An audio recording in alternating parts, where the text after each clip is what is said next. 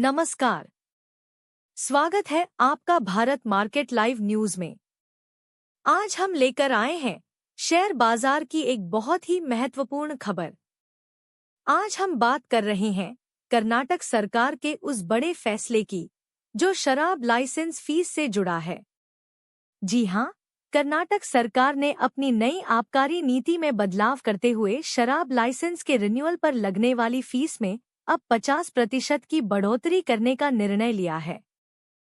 पहले इस फीस को दोगुना यानी 100% बढ़ाने का प्रस्ताव था, लेकिन भारी विरोध के बाद सरकार को ये फैसला वापस लेना पड़ा। अब यहाँ गौर करने वाली बात यह है कि इस फैसले का असर केवल शराब व्यापारियों पर ही नहीं, बल्कि सरकार की कमाई और बाजार में मौजूद शराब कंपनियों पर भी पड़ेगा। पहले प्रस्तावित 100% बढ़ोतरी से राज्य को हर साल 600 से 700 करोड़ रुपए की अतिरिक्त कमाई होती, लेकिन अब ये आंकड़ा कम हो सकता है।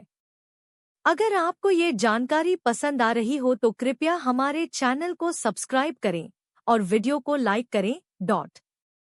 इस बदलाव के पीछे की वजह क्या है? दरअसल कर्नाटक लिकर सेलर्स एसोसिएशन और क्राफ्ट अल्कोहल प्रोड्यूसर्स ने मिलकर सरकार से अपील की थी कि 100% की बढ़ोतरी काफी ज्यादा है और इससे छोटे व्यवसायी बहुत बुरी तरह प्रभावित होंगे। उन्होंने सरकार से 20 से 25% की सधी हुई बढ़ोतरी की मांग की थी, लेकिन सरकार ने बीच का रास्ता निकालते हुए 50% की बढ़ोतरी का फैसला किया। अब बात करते हैं कुछ आंकड़ों की जो आपको तस्वीर साफ करने में मदद करेंगे। अब से मेट्रो शहरों, जहां की आबादी 20 लाख से ज्यादा है, वहां शराब दुकान के रिन्यूअल के लिए सालाना 9 लाख रुपए चुकाने होंगे। वहीं बाकी मेट्रो शहरों में ये फीस 7.5 लाख रुपए होगी। नगर निगम क्षेत्रों में ये फीस 6,75,000 और छोटे शहरों, टाउन पंचायतों में 6 लाख रुपए तय की गई है। इसके अलावा बाकी सभी क्षेत्रों में फीस स्थानीय जनसंख्या के अनुसार तय की जाएगी। आपका क्या कहना है इस पर? कमेंट करके हमें जरूर बताएं। इतना ही नहीं, सरकार ने सभी प्रकार के एक्साइज लाइसेंस पर भी फीस बढ़ा दी है। अनुमान लगाया जा रहा है कि इससे राज्य को हर साल 300 करोड़ रुपए का अतिरिक्त राजस्व मिलेगा। ये बढ़ोतरी साल 2016 के बाद पहली बार हुई है, यानी लगभग 9 साल बाद सरकार ने आबकारी फीस को रिवाइज किया है। कुछ और कैटेगरी के लाइसेंस रेट्स भी घोषित किए गए हैं। डिस्टिलरी और ब्रेवरी को हर साल 1,50,000 रुपए देने होंगे। क्राफ्ट ब्रेवरी के लिए 25,000 रुपए तय किए गए हैं।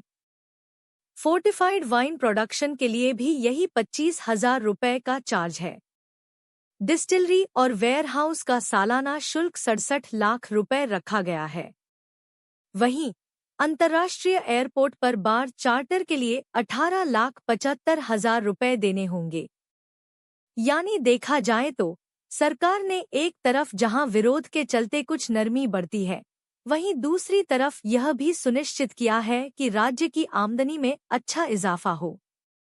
इस फैसले का असर सिर्फ लोकल रिटेलर्स पर ही नहीं, बल्क शराब डिस्ट्रीब्यूटर्स और ब्रांड्स पर भी पड़ेगा।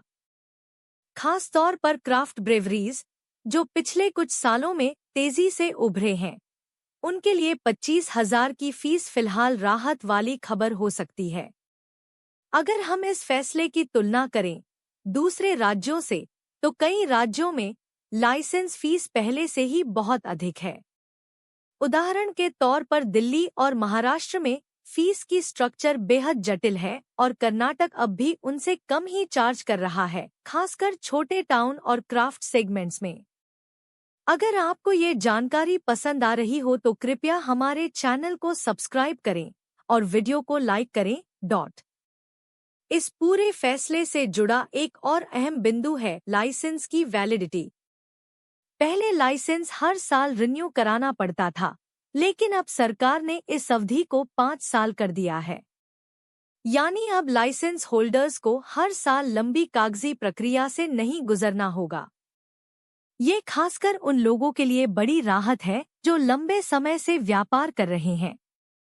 कुल मिलाकर ये फैसला एक बैलेंस बनाने की कोशिश लगती है। नहीं सरकार ने पूरी तरह शराब कारोबारियों की बात मानी और न ही पूरी तरह अपनी आमदनी के लक्ष्य को छोड़ा। आपका क्या विचार है इस नए फैसले पर? क्या ये बैलेंस सही है? नीचे कमेंट करके हमें बताएं। अगर आपको ये खबर उपयोगी लगी हो तो कृपया इस वीडियो को लाइक करें, चैनल को सब्सक्राइब करें और बाजार की ऐसी ही और बड़ी खबरों के लिए जुड़े रहिए। जल्दी ही मिलते हैं एक और बड़ी अपडेट के साथ। धन्यवाद।